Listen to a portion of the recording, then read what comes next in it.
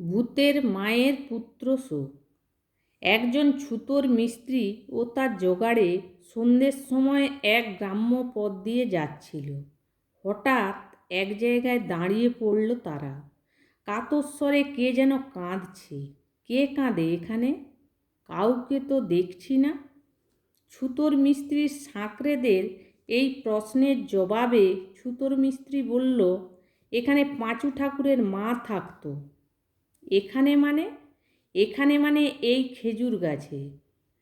তা সে খেজুর গাছে থাকবে কেন? আর খেজুর গাছে কি কোনো মেয়ে মানুষ থাকতে পারে? মেয়ে মানুষ পারে না, কিন্তু অশরীরী আত্মা পারে। মানে? পাঁচু ঠাকুরের মা মারা গেছে আজ 2 বছর, কিন্তু তার মা ছেলের মায়ায় এই গ্রাম ত্যাগ করতে পারেনি। এই খেজুর গাছে থাকতো। রোজ ওর ছেলে ওই পথে যেত এবং ও তাকে দেখতে পেত। তা ওর সেই ছেলেটি কি মারা গেছে? মারা গেছে সে অনেক দিন। মারা গিয়ে ভূত হয়ে সে তার মায়ের কাছে থাকতো। ভূতেরা কি মরে? মরে। কিভাবে? মানুষের মতো মারামারি করে। তখন তারা কোথায় যায়? তখন তারা আর যেখানেই যাক, ভূতেদের সমাজে আর ফিরে আসে না। পাঁচু ভূত হয়েও কি করে মারা গেল? মারা গেল ভূতেদের সঙ্গে মারামারি করে। তা তুমি এইসব জানলে কি করে? আমি যে পিশাচ বিদ্যা আয়ত্ত করেছি, তাতে ভূত প্রেত সম্পর্কে জানা যায়। হ্যাঁ, অনেক কিছুই জানা যায়। আজ আমরা কোথায় যাচ্ছি? আজ আমরা যাচ্ছি ব্রজেন মিস্ত্রির বাড়ি। কেন? ওর ছেলেকে নাকি ভূতে পেয়েছে। ভূতে আবার কাউকে পায়? পায় বই কি। পায় কি পায় না সেখানে গেলেই দেখতে পাবে। ব্রজেন মিস্ত্রির বউ যখন জলে ডুবে মারা যায়, তখন তার বড় মেয়ে সীতার বয়স 7 আর ছেলে রামের বয়স 1। তা ওই বউটা ছেলে মেয়ে থাকতে জলে ডুবে মরতে গেল কেন? সে এক করুণ কাহিনী। বলো না কি হয়েছিল? সীতার বাবা কাজের খোঁজে শহরে গিয়েছিল। 3 দিন তাদের পেটে দানা পানি পড়েনি। 3 দিন বাদে রাজবাড়িতে গিয়ে 1 সের চাল, 1 কৌটা ডাল, নুন তেল নিয়ে বাড়িতে এসে খিচুড়ি রান্না করে ছেলে মেয়েদের খাইয়ে নিজে খাবে ঠিক করেছিল। এমন সময় ওর স্বামী এসে তা খেয়ে নেয় এবং বউকে যা তা ভাষায় গালাগালি করে। কেন? সে রাজবাড়িতে ভিক্ষে করতে গিয়েছিল তার জন্য। শেষ পর্যন্ত স্বামীর এই গঞ্জনা সইতে না পেরে জলে ডুবে আত্মহত্যা করে, কিন্তু ছেলের মায়া কাটাতে পারে না। ছেলেকে একা পেলেই তার কাছে ডাকে। ছেলের নাম রাম।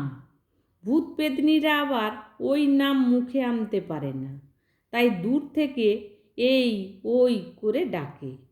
রাম তার মাকে দেখতে পায়, কিন্তু সীতা পায় না। রাম তার দিদিকে বলে, এই দিদি, আমায় মা ডাকছে, আমি যাব? দিদি তখন ওকে জড়িয়ে ধরে। আজ কদিন হলো ওর বিকার বেড়েছে। সব সময় ওর মুখে এক কথা, দিদি, মা আমায় ডাকছে, আমি মার কাছে যাব, তুই আমায় বাধা দিস না। তা তুমি সেখানে গিয়ে কি করবে? চল না, দেখবি কি করি। আরে আগে বলোই না কি করবে। আমি ওর মাকে এখান থেকে তাড়াবো। কথা বলতে বলতে ছুতোর মিস্ত্রি শ্যামা কর্মকার ও তার সাকরেদ নিতাই সামন্ত ব্রজেন মিস্ত্রির বাড়িতে পৌঁছালো। সেখানে গিয়ে দেখি একটি ছেলে গাছের মগডালে বসে আছে আর ব্রজেন মিস্ত্রিকে যা তা ভাষায় গালিগালাজ করছে। এবার দেখা গেল শ্যামা কর্মকারের প্রেতসিদ্ধ মন্ত্রের ক্রিয়াকলাপ। সে তার থলি থেকে একটা মোড়ার খুলি বের করে তার ভিতর খানিকটা মদ ঢালল এবং আর একটা হাড় সেখানে রেখে বিড়বিড় করে কী সব মন্ত্র আওড়াচ্ছিল। তারপর একটা লোহা পুড়িয়ে সেটা মড়ার মাথা চেপে ধরতে নাকি সুরে মেয়েলি কণ্ঠে কে যেন বলে উঠল, ওরে শ্যামা আমায় ছাড়, আমার ব্যথা লাগছে। মা ঠাকরুন, আমি আপনাকে অত্যন্ত শ্রদ্ধা করি, আমি তাই ইচ্ছে করে আপনাকে ব্যথা দিতে চাই না। আপনি আমার খোকাকে ছেড়ে দিন, তাহলে আমিও আপনাকে আঘাত করব না। কিন্তু ওর ওই অকর্মণ্য বাপ কি ওকে মানুষ করতে পারবে? আমি কথা দিচ্ছি, আমি ওর ভার নেব।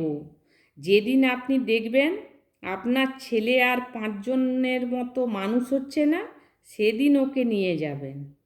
তখন আমায় ডাকলেও আসবো না। বেশ, আমি ওকে ছেড়ে দিচ্ছি। আমি কি করে বুঝবো যে আপনি ওকে ছেড়ে দিলেন? বল, আমায় চলে যাবার কি নমুনা তুই দেখতে চাস? আপনি ওই আম গাছের একটা ডাল ভেঙে মুখে করে কিছু দূরে ফেললেই আমি বুঝবো আপনি এখান থেকে চলে গেছেন। বেশ, কথা শেষ হতে না হতেই একটা প্রবল হাওয়া বয়ে গেল এবং আম গাছের একটা ডাল ভেঙে উড়ে চলল। সেটা অনেক দূরে গিয়ে পড়ল। শ্যামা কর্মকার ব্রজেন মিস্ত্রিকে বলল, আপনার আর ভয় নেই, ছেলেকে এবার গাছ থেকে নামিয়ে আনুন, আর দেখবেন ওর যেন কোনো অসুবিধা না হয়। কালই ওকে স্কুলে ভর্তি করাবেন।